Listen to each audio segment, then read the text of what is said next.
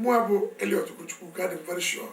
No more they be the royal structure Nigeria go pay blow history. Either they will dissolve violently or not dissolve peacefully. Among Nigeria man. So see Vegas on Nigeria bo Ndinachi area Ndias one about arrogance. Hubris. Ndinachi Sadanachi believe when I get Jibadoja but I will army Jibadoja but I get as a embarrassing. Farmer effect. About the very neck I saw. They don't kids for a very desperate. Watch for many years. In our good if I say, I'm going to complain about the matter, I'm going to have serious. Why can't they come together one day, at least stay at home, come on, they can be united? They cannot do it. They cannot do it for years, can they? Although 38 men, the order, exactly 1 week later. For the Popota, we call up the vehicle. Say for the channel, the mother, the Lucas own Eba, Lucas hotel Eba, Lucas industry Eba, Fabricas a bad, Jerusalem, like never 90 days, Emma can fire me. You have to give me notice. Because of 30th May, sit at home order, none the Biden the may obey. Even if I could have no man, Egubaba, Fagofuna, what are the past guy? So, you can't say, makes that there's a quick notice. Don't I have now the West here, West now to say, no, the final boycott. For what for now? Now the same Yamasafa, Yamar reply, you watch here. And now the other people have never responded to the so called advice. Also, Yama bent down to their level, they just have open. No, the elders can also open. And I agree with him. Because only one of the elders, so use for can you buy you. Father, what the company? February for over 70 years. Father, Bundi Buy since 1945. In Jos, 1953. You make 1953 Bundi Buy, May 1953 Bundi Buy. But now, what can I Anthony now? Na finance of Reps for Lagos. Move motion. Can Nigeria seek independence against 1956? New boost na February. Never got already. Can the northern legislators na parliament na pita? Crowd the Lagos we boo over. You go remember boo over. If you let me have a way. Oluka Akintola tinye campaign rally na Kano in May 1953. For when Chalia Sikama attack, Akintola postponed that Ojaze that day for Bondi Igbo. 162 Igbo people were killed in Kano in May 1953. So on to the Bulani, can you get Arabia, on the Sharia riot, on the assassinate, on to the for a boy, without witnesses. I ain't man so good, Nibe home wine Dimafo. I ain't man so good, Ibu was, Ibu Mwakan and all that. Naya Sabata, Buseva and all that stuff on the Fulani, Muyokuna. Father so good, Nibe, give one.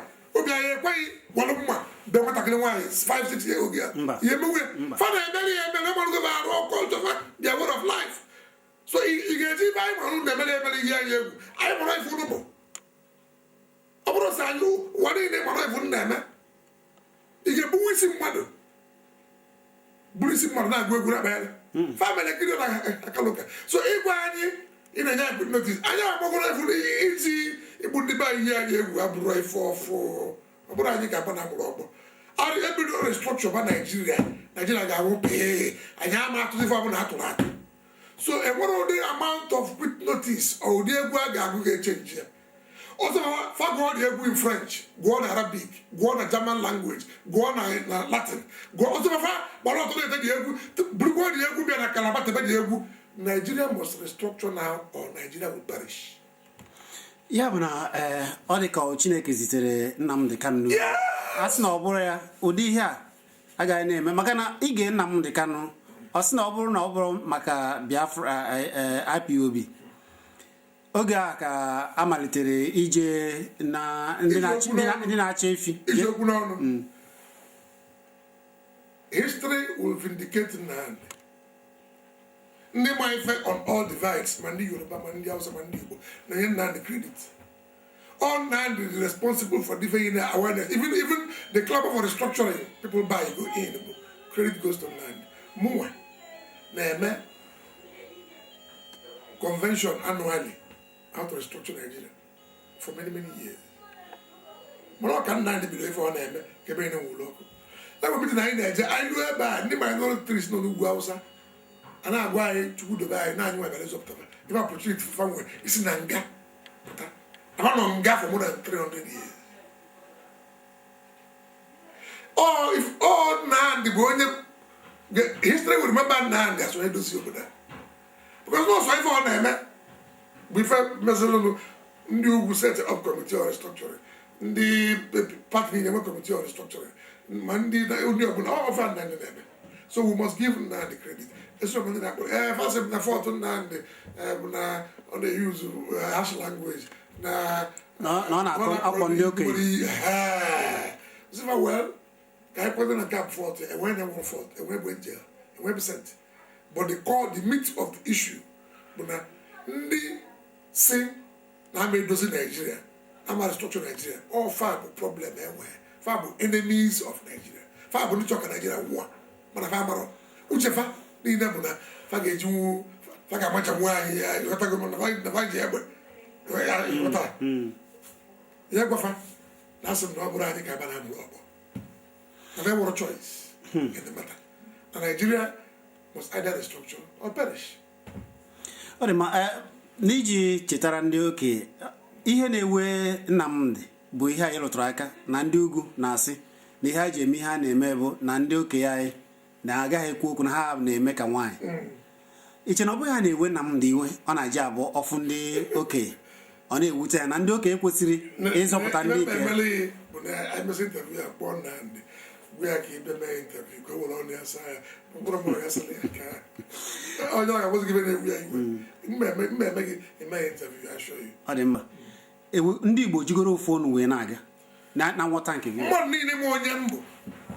Mana ife eji malụ bụ na mụ na ndị youth Igbo na-alụkọ for many years. For decades. I get malụ. Ị kpọrọ afa m. Ife eji je lụta m bụ na ọ na-abụ mbụkọba youths na-aba in the 90s. Mbedulu Ojukwu. I attended one seminar or one congress or one convention. Address the youths na-aba. Mbụkọta youths na Abakaliki or n'Ọnịcha or n'Ọka ma ọ n'Owerri. Mbedulu Ojukwu. Mgbe ọ ka dị ndụ bụ ọga m. Ọ ga-eji malụ. Ị kpọrọ afa m ebe ọ bụla gasị gị nke Igbo youth movement. So ama m nnu ụmụ ikolobịa ndị youth. Ama m fọfụma. Ụmụ ikolobịa ndị youth mere address. Mgbe m na-eme IYM seminar IMT in the 90s. Or IYM convention Oko protect Boko as a science in the 90s. On our British bank in Lagos, more than Buddha, excuse me, sir. Sorry, sir. Are you Elliot to go? Say, okay, you're at school. First, to go now. Buddha said, to say why? Buddha said, money. So, to come on and leave you to I know them. And I can tell you, you were there with her. We call it an Igbo. I chose in Nigeria. You knew we were there with her. For the angry with the structure of Nigeria, angry with the system in Nigeria, they've lost faith. Faith believe Rose that Nigeria will give justice. All over. All our adults, elders, Bundina Yofa, Bundina say, Kamola Maga, Nigeria from my structure back to the First Republic. Can develop our Eastern region? Oh my God, you want before go completely. If I say Biafra or death, I'm not going. I'm not going. If you put over, I say Ogelios, Biafra or death, Biafra or nothing. Nigeria make a fever, make a fever, chicken for nada, Palakideva, humiliating river, making a fever, more for poor. Mana ndị Igbo ga-achị nwe ha. Kedu ndị amachi nwe ofa? Let me tell you about ndị Igbo. Ndị Igbo bụ ndị dị gifted. A block anyị for 3 years, blockade. And what if I go jide ndị ba anyị na-egbuso ụmụaka, washoko na arafe na-destroy ụmụaka anyị. And on the way, the war against Russia, US, UK for 30 months. I want to do business on our Russian jets, Egyptian pilots, British arms, British military advisors, boots on the ground. I want to say to her, now onshore battery, now no money, now no, refuse dump, Obala, but they will have no more car. Can you do the and that's actually no. But I didn't say, Family, hotel fa lụsịrị na be anyị lụsịa ụlọ na be anyị lụsịa factory na be anyị lụsịa stores business na be anyị ka anyị were blackmail efa ka anyị trak na efa sị na anyị ga-enye ụlọ 90 days before na 1st October ka ụlọ na ka agbakarị na baba ya akụja gbabarịrị yọba biko gbafa na nsị na fa na-eme na nkịtị na ojugo anyị Naijiria ejugo anyị na sọsọ ife ga-eme na anyị na-afa ga maka ọnụ bụ na ga restructure Nigeria back to fiscal federalism asị bido ozugbo na emere ya na anyị matụtụ kapị na any election na anyị ga-eme employ ibe a na-akpọ passive resistance civil disobedience nọ na election ruo arụlụba anyị ga-ezu ike anyị mapụta anyị matụ mmụọ anyị apụga ya so na ọ bụ na restructure Nigeria ga-anwụ na iji ụlọ ndị Baịbụl so n'ugwu Awụsa wole ya sị tool of blackmail na ọ ma awụ gwafa ewe ndị Igbo ji ejekwuru ndị a ndị ntorobịa si a na-enweghị ebe ha na-aga na ha natasịa na obodo agaghị aba gwa kwesịrị ịma na mgbe afọ ma employ this tool of blackmail a ga-enwere ndị be anyị enwere ndị be anyị na-eje ofe ozi enwere ndị be anyị bụ informative enwere ndị be anyị na-awọ ka against ndị be anyị enwere ndị be anyị so ya na-agwa gị maka na ndị sabotu a sokwa n'oge Ojukwu mere kedu ihe a ga-eme ebe a ma a ga-ewere ndị sabotu onye eji afịa mee ya nke Muslim onye Norway Europe enwere ebe mụrụ sabụ na onye na-awụ ọkụ against ndị befa sobe ndị ilo fọfe ndị ilo ga-achọrọ ya ọ dị ebe niile bụrụ sobe anyị ọ dị ụwa niile ọ bụrụ ezigbo ka ọ bụ mana ọ bụrụ ọsọ na n'Igbo ka ọ dị ebe niile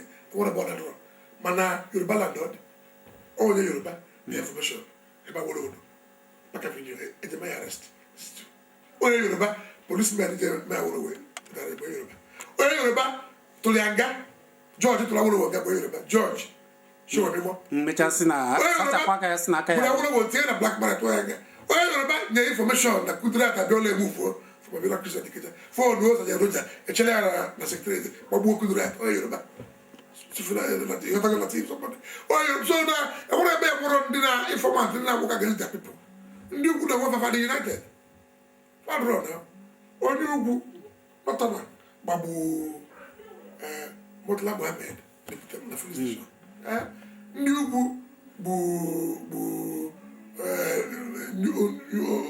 onye ugwu ibie anyị fọrọ eme ọ bụrụ onye bụrụ ebe ọ na-adọrọ ndị ugwu meku na-ewepụ onye Buhari ọ ndị ugwu wepụrụ ya ndị ugwu meku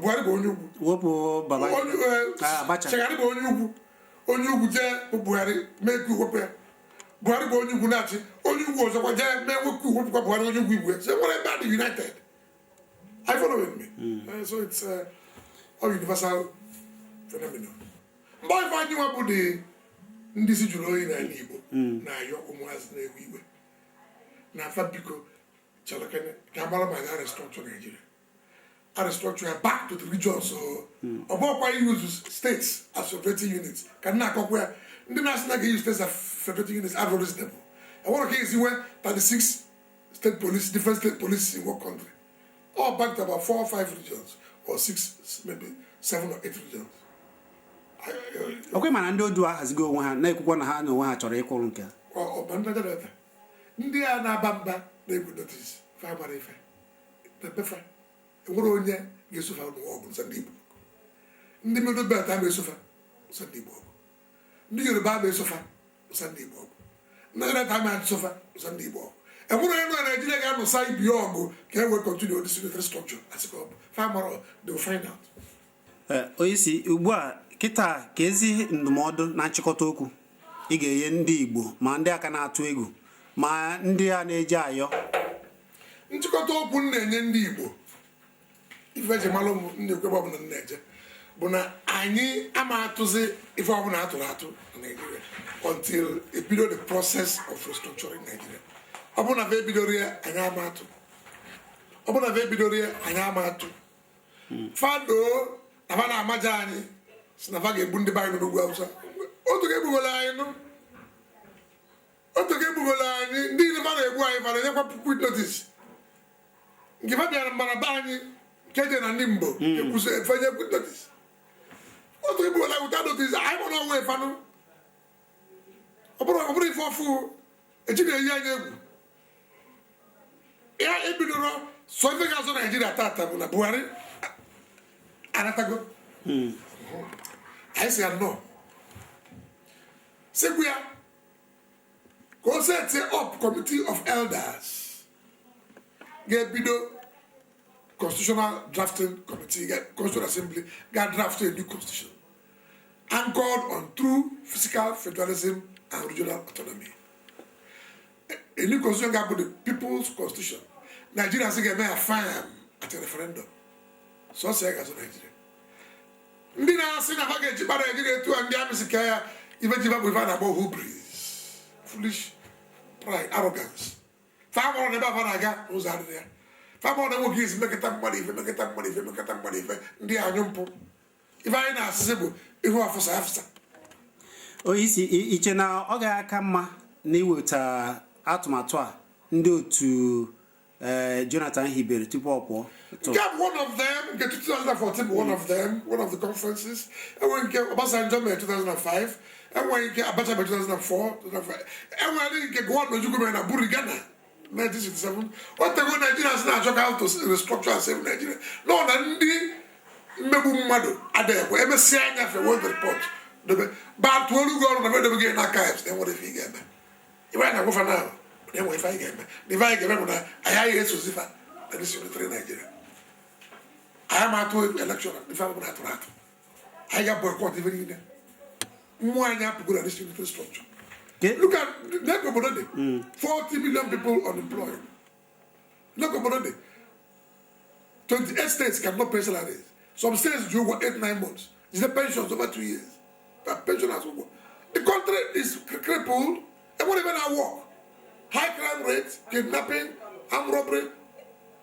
Country collapse, hatred everywhere. Yes. Hatred of Bonodina. You know, but divide your body. When I 7%, 5%, divide the country. You put that on the farm or the Bodat Roma. And when I'm on the Bodat, I talk again. If I got so ibido processes to restructure Nigeria. Kamala Mali safe. Oh, you know, Brana Gwaji. Now this structure in the army, bia, for bad nation, fellow countrymen, and we create some states. Also local governments, government states, capital, through military fiat. Also local government, Zafara state. It's the first way. Oh, you are going to dig it to a 1 year and answer no year like. Mana ewe ndị na-asị ebe ndị Igbo kweda na ha were ọnụọgụ na ọ ka mma ije soye register na ọ n'otu ndọrọndọrọ process in Nigeria or the genuine or the credible or ndị ilu ọrụ faji army faji INEC faji security faji ife niile think ilu ofe dị na ya gị ijebe court anyị amatụ ife ọbụla atụrụ atụ until I restructure Nigeria. Ofu nwafọ Igbo Charlie Oputa so na-aga ngagharị wegachagharị wesị na wuse. Well, if you open his eyes, ọmalụ na Nigeria oche oge mgbe ọ gara agbara ya tear gas ka ọmalụ oge eme ya ọghọtazie Nigeria ọfụma ibe abatili na kwasịagbo tinye na kwusa maka ga-emezi ya ọfụ na ya ọtabụrụ the desperation of India na-emegbu mmadụ. The mmegbu chọrọ continue emegbu gị forever till that kingdom come.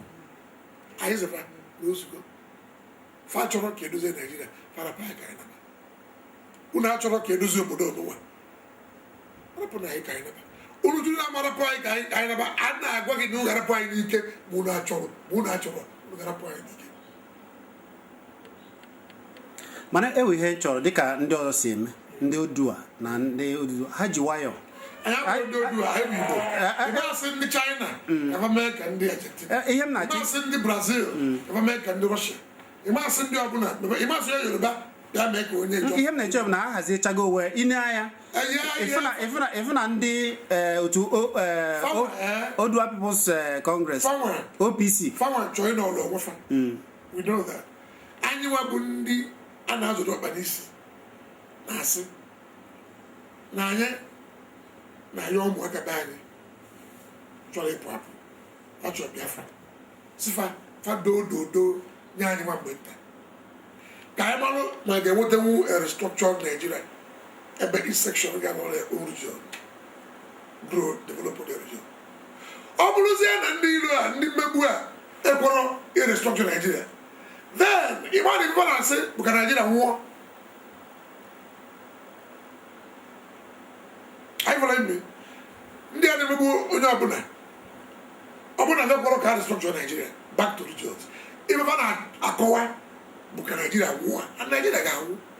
Ọ bụrụ anyị na-achọ ka Nigeria nwụọ lụtakwa na anyị si dozie ego ọfụma fanwa asị na famili kama fa ga-edozigbo ọfụma kama sị tisa so be it afọ ọchọ ga-etisa. Ọ dị ma ndị na-ekiri anyị na mba ụwa niile ugbu a kedu ozi ị ga-ezi ha ka ha na nkwado iji fụ na edoziri ala Igbo onye apụta na onye atụ na otu edozie obodo anyị anatago mkparị anyị eligo nsị anyị ugo anyị mamịrị n'isi enough ojugo anyị ife anyị na-asị na anyị ama elizi nsị ya ọzọ ndị na-elo na ba ga-enyegide anyị nsị anyị ligide nsị ya kwada gwafa n'ọntụ ka ba na-atụ n'ojugo anyị na anyị na-asị na ozugo okwe mana Eastern Governor ejigogo aka na-achọzi ịlụ ụlọ ọrụ dị iche iche n'ala Igbo niile na a na-emezi nzukọ ugbu a n'ịfụ na ala Igbo gaa n'ihu. Come to realization. Two of them at different fora told me in the last few days, specifically, I'm not very proud of the restructuring agenda. So we commend them for that. We pray that they will do more by driving the demand to restructure Nigeria. And for them, we offer get benefits here. Yeah. So, the truth of the matter, yes, they have now seen they cannot have a movement hurricane. It's either you join or be consumed. So I think they've woken up and they told me, so I want more need my governor side, my elder side, my youth side, I'm going to be happy. I'm going to be happy now. No, Bala Jimba, Navaga, about the bag of going to buy. Someone has Fabue. Fabua. Nafaga is Unai, Bow, Uragoku, Luto shop. Someone has Luto. What to give up a bell, a brief of food. Nigeria must either restructure or perish. Because tuwa na kwa cheneji bandia wegesere ono na ono olu na ebe ọzọ. Ọ bụrụ na asịsa na ndị Igbo nunu ihe m na-ekwu bụ ewe ka asịsị ka anataba ugbu a ewe ka a ga-esi weta ụlọ ha weghachita ngwongwo ha na ụlọ ọrụ ọzọ. Fama otege egbubere anyị in fact mgbe Ojukwu dị ndụ enwere ife na onye assignment na document enwego about 61 before Ojukwu nwa. And we got about 61 different cases able to buy the Hausa since 1945 till date. So I put right for 4 and I put it I'm on Hausa. My father was transferred from Lagos in 1961 to Canada. So I'm on Hausa in the 60s. I'm on Hausa. I could not get I bought also 66 by the time by rail. Trade on here. My mother could hear a Muslim people we could have Benue. Up my mother won't work. So I'm so the buy to do well, say Muslim one them there. My uncle, my father, photographer, my mother, that's him there, your uncle, they will do well, 66. One of them who was a guy, but that's my father. This picture is in the RIP, or get about RIP. Or something is my uncle there, they will do well, one I was so. Na my family, what I need, I'm not wait for the wedding. So it just say, Ugausa, it's a law, Billy. Since I hotel again, like a baby who didn't need but forevermore, Macanino Hotel, Ugausa.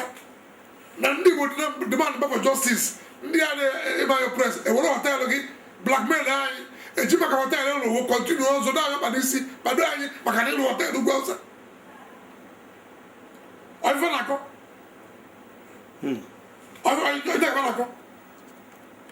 Ha na-esi ọ bụrụ na asị ka anaba ka a ga-ezi weghachite ngwongwo ahụ maka na nna m dị na-asị ya na iwu ụwa United Nations na onye ọbụla nwere ike na iwu ụwa akwadoro ka mmadụ sizie ngwongwo mmadụ for use property in the buying when we a blackmail the effort to restructure Nigeria. Now they sit at home order, or they 100% comply. They will buy exactly 1 week after the next Tuesday. Kavanya get so called places. Are you following me? That sit at home order shake to the one in when the EU. In our the ambassadors, Nigeria, but German ambassador by saying British ambassador, High Commissioner by because that sit at home May 30th send a powerful signal when they want to buy.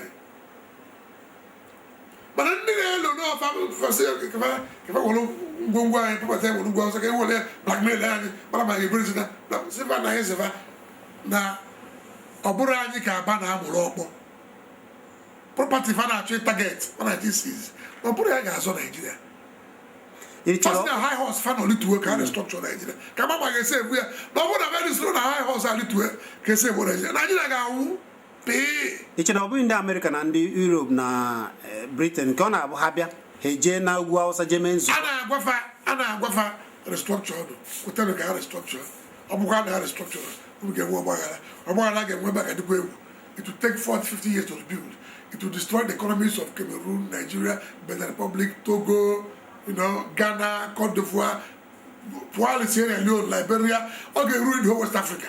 My Chad, Niger, Mali, Burkina Faso, okay, destroy the West Africa. The refugee problem alone will cripple the West Africa. The pandemics, the oil gap, the epidemics, the poverty, the suffering, the anger in the land. Again, so many militias, working time with light arms, and they make a biscuit in the black market. And the Bojego one in my Russia, my China, my America, equal millions in dollars. So you got the arms have a problem. So then Papa, what's going to money? Governance of what's going on you. Iwe from